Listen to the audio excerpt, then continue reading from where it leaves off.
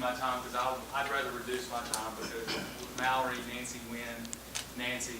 Mary Wynn, and Nancy. Nancy I told someone Wynn. earlier, blame it on my mind and not my heart. It's been a long year. But the reason why it's important is because these candidates have worked extremely hard in something they believe in. I hope some of you one day will run for office because there's nothing like serving something greater than yourself. There's nothing like that feeling of trying to make this place better, to make Alabama better. I'm 45 years old. In my entire life, we have been at or near the bottom in everything that matters.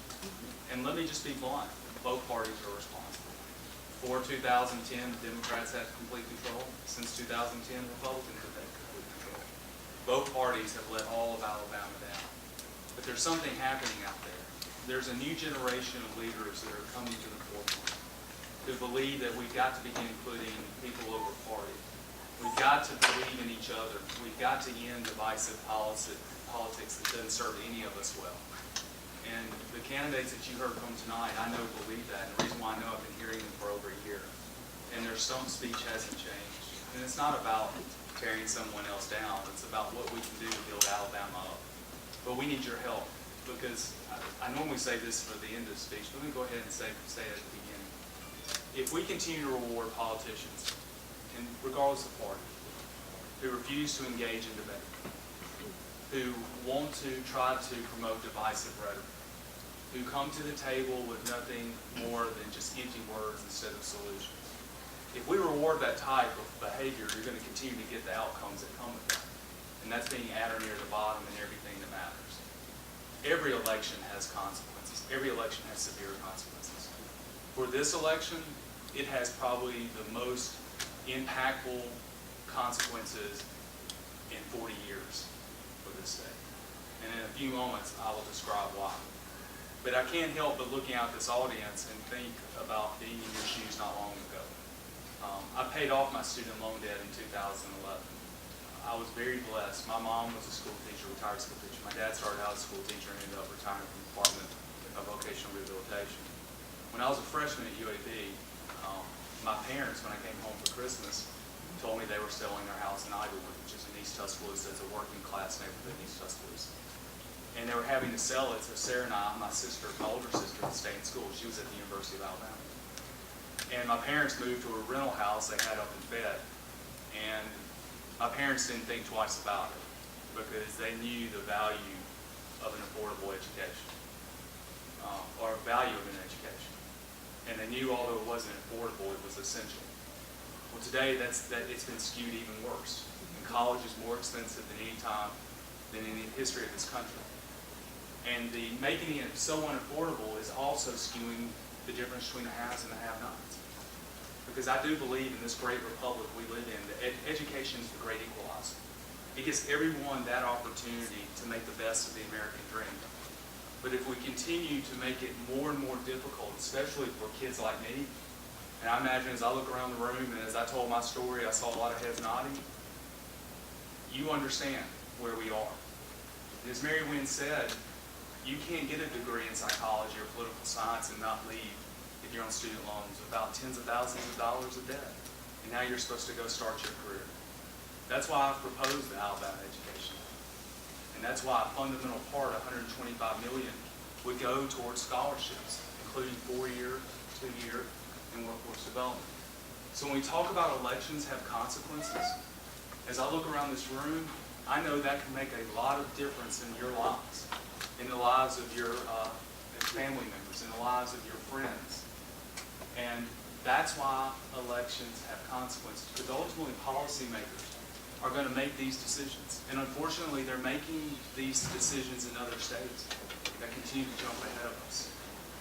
That's why this election is so important. Let me just go into a few other things, and then I'll talk about solutions, and then leave it open for Q&A, because that's the most important thing to me. First, I'm honored, I'm going to embarrass you, but I have my daughter Taylor here tonight. Taylor's 16, she's a junior at Northridge High School. She also takes honors college. Don't hold this against her at the University of Alabama. But she's open to where she doesn't know where she may go to college. And so I wanted her to come down here tonight to see Auburn. And because I have learned this is such a wonderful place. And I've enjoyed visiting on the campaign trail. And I must say, as a dad, it's a real honor to have your daughter with you. And so I'm glad I didn't embarrass you. I love you, and I'm glad you're here tonight. And I also wanted her to understand why this political process is important. I'm running for governor because of Taylor and my son Eli. He's 5. He's in kindergarten. And when Stephanie and I were thinking, my wife Steph and I were thinking about doing this over a year and a half ago, we kept coming back to this question of, should we do this? Is it worth it? I love being mayor of Tuscaloosa. It's the best job in the world. I love living in Tuscaloosa. It's my hometown. It's where I grew up. Why would we want to do this? And Stephanie actually had the convincing argument, the closing argument by saying, Stephanie does not like politics, and she's a Republican. Okay, so think about all that. And she goes, are we building a state where Eli and Taylor will want to grow up in, and where would they want to build a business in? And the truth of the matter is we're not doing that in Alabama. And the things I'm about to share with you are indisputable. Winston Churchill said, the truth is incontrovertible.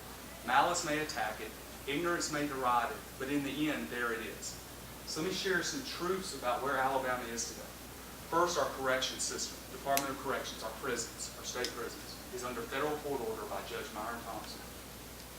When that court order ultimately comes down, when he prescribes what Alabama's going to have to do to fix its correction system, it's going to cost the state tens of millions of dollars. Our mental health system in this state has collapsed. We have lost 4 mental health institutions in the last 8 years. Nearly 1,000 beds have disappeared. And our jails have become the new crisis centers across our state. Bryce Hospital in Tuscaloosa, in 2009, we had to sue the governor to keep it open. Luckily, we won. But today, Bryce is the largest mental health institution in our state. Tuscaloosa Metro Jail is the second largest. 30% of our inmates are on psychotropic drugs. Our mental health system is collapsing across Alabama, and the worst place we can have someone who needs acute care is put them in a jail. Our infrastructure is depleted.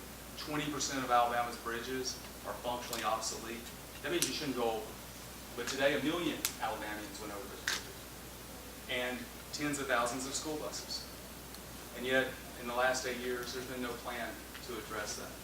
Our education system continues to be behind. Arise released an article this afternoon just talking about how unaffordable college has become in Alabama. And too many of our public schools are still in this cycle where they're not doing what they need to do. And healthcare is the greatest crisis facing Alabama. When I began this journey more than a year ago, I would have said education was the greatest crisis, but I really believe it is healthcare. 3 weeks ago, the CDC ranked Alabama as #1 in infant mortality. 9.1 deaths per 1,000 births. If you're African American, that number jumps to 15.1. These are the truths about where we are. And then just to add to that, we've been ranked as the most corrupt state in the union. So on top of the incompetency that we have in state government, we're also the most corrupt. Now, this election is certainly worthy of debate, and it's well known that my opponent doesn't want to debate. And as I said many times on the trail, that is her decision. She doesn't owe me a debate, but I believe she owes all of you a debate. She owes the families who cannot receive adequate care for their loved ones because of the lack of mental health services in the state. She owes them a debate. She owes the people of Haleyville and Wilcox County and Fayette counties who have had to raise their taxes just to keep their hospitals open. She owes them a debate. She owes a mother who is going to lose her child in Alabama because we rank 49th in prenatal care, who's going to lose their child because of that lack of care. She owes them a debate. She owes all Alabamians a debate on all these issues. And leadership is not about hiding. Leadership is about leading. Leadership is about confronting challenges, difficult challenges, the hard challenges. I've been mayor through the Great Recession. I've been mayor through a tornado that destroyed 12.5% of our city and killed 53 people and left 5,300 buildings gone, wiped from the earth. I didn't have an opportunity to hide. In that moment of crisis, Tuscaloosa needed leadership, and I was blessed and honored to have that opportunity. This is a moment in Alabama's history that cries out for leadership. So let me share with you just a couple of things that we want to do on day one. And then I'm going to stop there and answer any questions that you have. Now on day one, the first thing that I'm going to do is sign an executive order expanding Medicaid across the state of Alabama. We're going to join the let me bore you about why that's important. How many of you, and be truthful, trust me, how many of you know why the expansion of Medicaid is, or think you have an idea? Okay, they've heard this so much, but relatively few people. Hey, by the way, most people don't, nor should they. By the way, leaders lead. And this is where leaders take complex issues and they lead the people they work for, regardless of party, regardless of race, regardless of religion, regardless of socioeconomic status. Leaders lead. So why is Medicaid expansion so important? Well, the 2010 Affordable Care Act, everybody's heard of Obamacare, right? Everybody's heard of Obamacare, and it was well politicized on both sides. One of the regulations that came out of Obamacare, Affordable Care Act, was that states would expand Medicaid to 138% poverty. In addition, because you would be expanding Medicaid to that provision, the federal government was going to begin to reduce its subsidies into hospitals. The reason why they would reduce the subsidies, when you expand Medicaid to 138% of poverty, you're getting working people. In Alabama's case, over 300,000 working people. Like a cashier I met last Monday in Livingston. He's working 40 hours a week, has children, but she doesn't have health insurance, and she's scared to death. You know, sometimes we take for granted when we have a sinus infection. We go down to the emergent care or the doc in the box, or in your case, probably the student health center, and you get a couple of shots and you move on. Well, those couple of shots likely cost somewhere in the neighborhood of a couple $100, if not more. Think about if you didn't have the money to pay for it. Think about if you didn't have an insurance card in the back pocket. Think about if you work 40 hours a week on maybe $10 an hour, what that would cost you. So you know what you do? You try to get by, and then you develop pneumonia. And then you end up in the hospital, and then that costs thousands of dollars. That same hospital doesn't get those payments anymore because we didn't expand Medicaid. And overall, what it's meant for our state is that we have lost 6 hospitals since that time. 6. The Alabama Hospital Association estimates we'll lose another 12 hospitals in the next 24 months because we didn't expand Medicaid. But it gets even worse. We've lost pediatric clinics, OBGYN. Morgan County, one of the most populous places in this state, no longer has OBGYN services. In fact, if you're born in one of 54 counties in this state, your life expectancy is now 6 months less than the other 13 counties. Our health care system is in critical condition. Now, the governor has not proposed any plan to deal with this. That's why the expansion of Medicaid is absolutely important. Now, take you down a side trip. If we'd expanded Medicaid in 2014, we would have gotten 3 years at $1.8 billion for free. $5.4 billion for free. Then beginning year 4, the investment by the federal government is 1.8, and the state's investment is 180 million, 10%. Now, how many of you would take 1.8 billion for 180 million? All of you, because that would have been a good deal. And in fact, you could pay for the 180 million like Louisiana did from the savings and new jobs they created by expansion, because Medicaid expansion generates 30,000 new jobs. In Alabama, we didn't. And you know why we didn't? Obamacare. Obamacare. It had everything to do with politics, and using the politics of Barack Obama that went into the lack of expansion of Medicaid.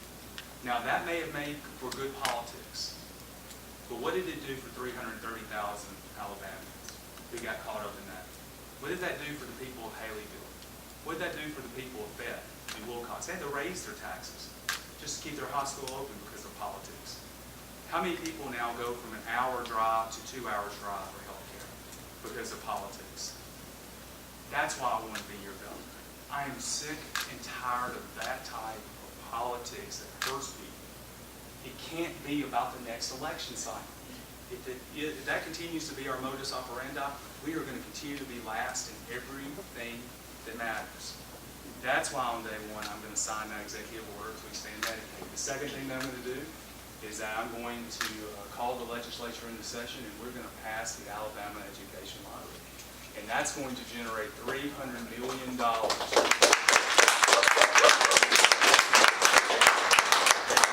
The only losers from last week's Mega Millions and Powerball were the students in the state of Alabama. Because students elsewhere, they got their scholarship programs increased, they got their pre-K programs enhanced, and we didn't do anything in Alabama. And this discussion about the lottery has been going on for as long as I can remember. it is time that we pass that lottery. And in our lottery plan, we want to put $125 million in scholarships, as I referenced earlier, $90 million into universal pre-K, $25 million into wraparound services at our schools that are struggling. Why wraparound services like mental health, social, and healthcare? When you're 49th in prenatal care, you have a lot of children who are coming into our classrooms who need help, who need other services beside academic that we need to move up and onward. And so that's why. And the last is we want to put $60 million into our Promise program. That's really going to help our rural school systems, but because of their millage rates, they do not get the same quality of education as other places who can afford more. You know, some people say, well, that's a local problem. Well, no, it's not. Alabama's Constitution requires that every citizen of this state have equal access to a quality education. We can't abandon people in our rural parts of our state just because of where they're born and who they are. This election is consequential. I hope in the last 15 to 20 minutes I've outlined to you why. So let me close on this. Those who like the status quo, and mostly those are the people who we're running against in the big special interest groups that benefit by it. They're counting on something heavily. They're counting on you not voting. They are counting on you not showing up. This is not me trying to give you some pep talk or trying to manipulate you into going to the polls. That is just like I talked about Winston Churchill earlier. It's a truth. Now, I think you can show them something. The reason why we came to Auburn tonight, and the reason why we've been to campus after campus, is not because we're trying to get media coverage, not because we're certainly trying to raise money. It's because we know this election probably impacts you far greater than any other demographic in our state. And we need your help. Alabama needs your help. If we come out on the short end of this election, I'm fearful that Taylor and Eli and the rest of you are not going to stay here in Alabama. You're not going to invest in Alabama. And we're going to continue to lag behind the rest of the nation where it matters the most. Rhetoric has not served our state. The politics of now have not served our state. This is a moment that requires leadership. This is a moment that requires all of our voices to be heard. Dr. King said our lives begin to end the day we remain silent about the things that matter. If you do not go vote, you have remained silent about things that matter to so many of your fellow citizens. This election has consequences, and we need you. Alabama needs you. And all of us that have spoken here tonight, Mallory, Mary Wynn, Nancy, we all need you. But more importantly, this is a moment where you can benefit not only yourself, but your children and your grandchildren and the next generation of Alabama. So I want to stop here and take a few minutes to answer your questions. So who would like to go first?